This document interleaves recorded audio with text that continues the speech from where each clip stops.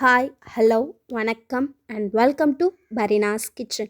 இன்றைக்கி நம்ம பரீனாஸ் கிச்சனில் நம்ம என்ன ரெசிபி பார்க்க போகிறோம்னு பார்த்தீங்கன்னா ஹக்கா நூடுல்ஸ் எப்படி செய்கிறதுன்றதை பார்க்க போகிறோம். வாங்க கிச்சனுக்குள்ளே போகலாம்.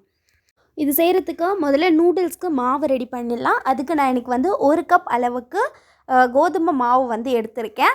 இது கூடவே நம்ம 1 டேபிள் ஸ்பூன் அளவுக்கு ஆயில் சேர்த்துக்கலாம். அது கூட தேவையான அளவுக்கு உப்பு சேர்த்துட்டு நல்லா நம்ம பிசைஞ்சு விட்டுட்டு கொஞ்சம் கொஞ்சமாக நம்ம தண்ணி சேர்த்து இதை நம்ம மிக்ஸ் பண்ணி எடுக்கணும். இது சப்பாத்தி மாவு பதத்துக்கு சாஃப்டாக இருக்கக்கூடாது. கொஞ்சம் இந்த மாவு டைட்டாக இருந்தால் தான் நமக்கு பிழியும் போது கரெக்டாக வரும். பாருங்கள், மாவு இந்த அளவுக்கு நல்லா பிசைஞ்சு எடுத்தாச்சு. இதை ஒரு 5 நிமிஷம் நம்ம கையை வச்சு நல்லா நம்ம பிசைஞ்சு விட்டுக்கிட்டே இருக்கணும்.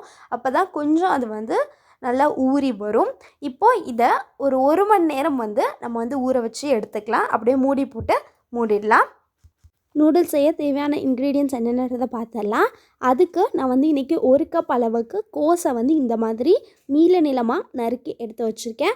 ஒரு குடை மிளகாய், பச்சை குடை மிளகாய் நான் இந்த மாதிரி நறுக்கி எடுத்து வச்சுருக்கேன்.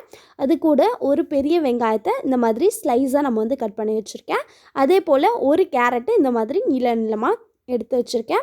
இது கூட 1 டீஸ்பூன் கரம் மசாலா, காரத்துக்கு ஏற்ப மிளகாய் தூள் எடுத்துக்கோங்க.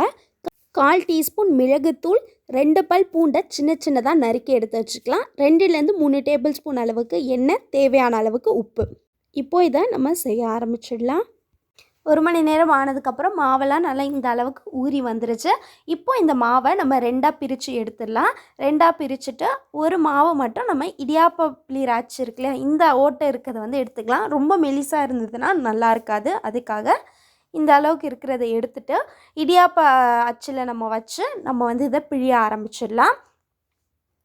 நீங்கள் இந்த மாதிரி ஒரு பிளேட் கூட வச்சுக்கலாம். அப்படி இல்லை அப்படின்னா நீங்கள் ஏதாவது ஒரு இடத்துல நீங்கள் இந்த மாதிரி மாவு சேர்த்துட்டு நல்ல மாவை எல்லா இடத்துலையும் படுற மாதிரி நல்லா டஸ்ட் பண்ணி விட்டுட்டு நம்ம மாவு பிழிய ஆரம்பிக்கலாம்.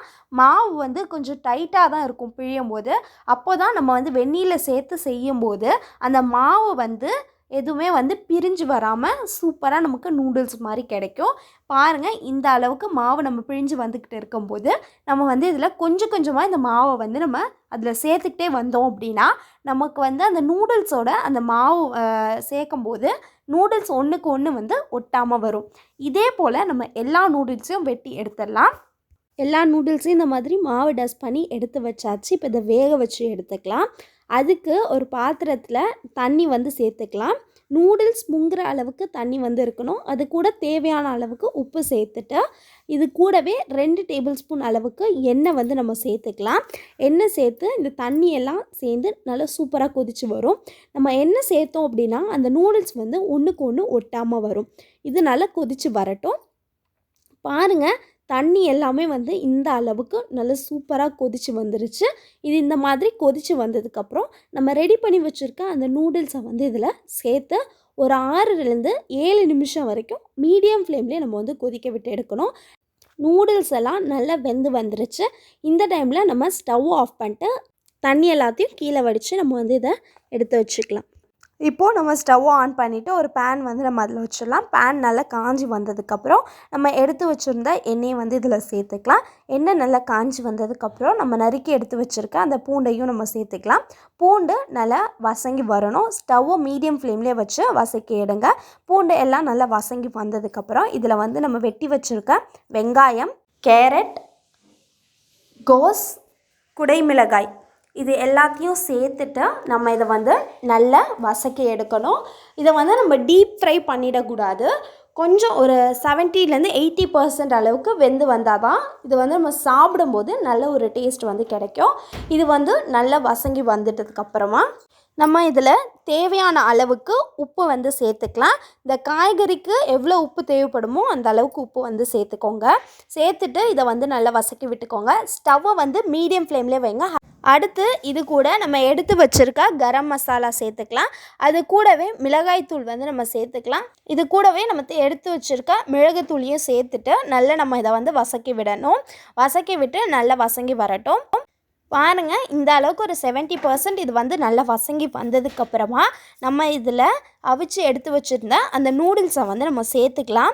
நூடுல்ஸை சேர்த்துட்டு நம்ம கரண்டி வச்சு கிளறி விடக்கூடாது. இந்த மாதிரி ஒரு ஃபோல்க் ஸ்பூன் யூஸ் பண்ணிவிட்டு நம்ம வந்து இதை வந்து எல்லா இடத்துலையும் அந்த மசாலா வெஜிடபிள்ஸ் எல்லாமே வந்து அது மேலே வந்து படுற மாதிரி நம்ம வந்து நல்லா மிக்ஸ் பண்ணி விடணும். அப்போ தான் அது வந்து எல்லா இடத்துலையும் படும்.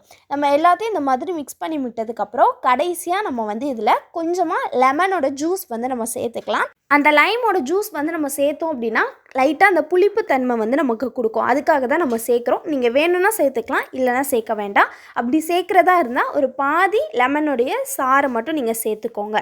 அவ்வளோதான், நம்மளுடைய நூடுல்ஸ் எல்லாம் சூப்பராக தயாராகிடுச்சு. நீங்களும் இந்த ரெசிபியை கண்டிப்பாக உங்கள் வீட்டில் ட்ரை பண்ணி பார்த்துட்டு எப்படி இருக்குது அப்படின்னு சொல்லிட்டு கீழே இருக்க கமெண்ட் பாக்ஸில் கமெண்ட் பண்ணுங்கள்.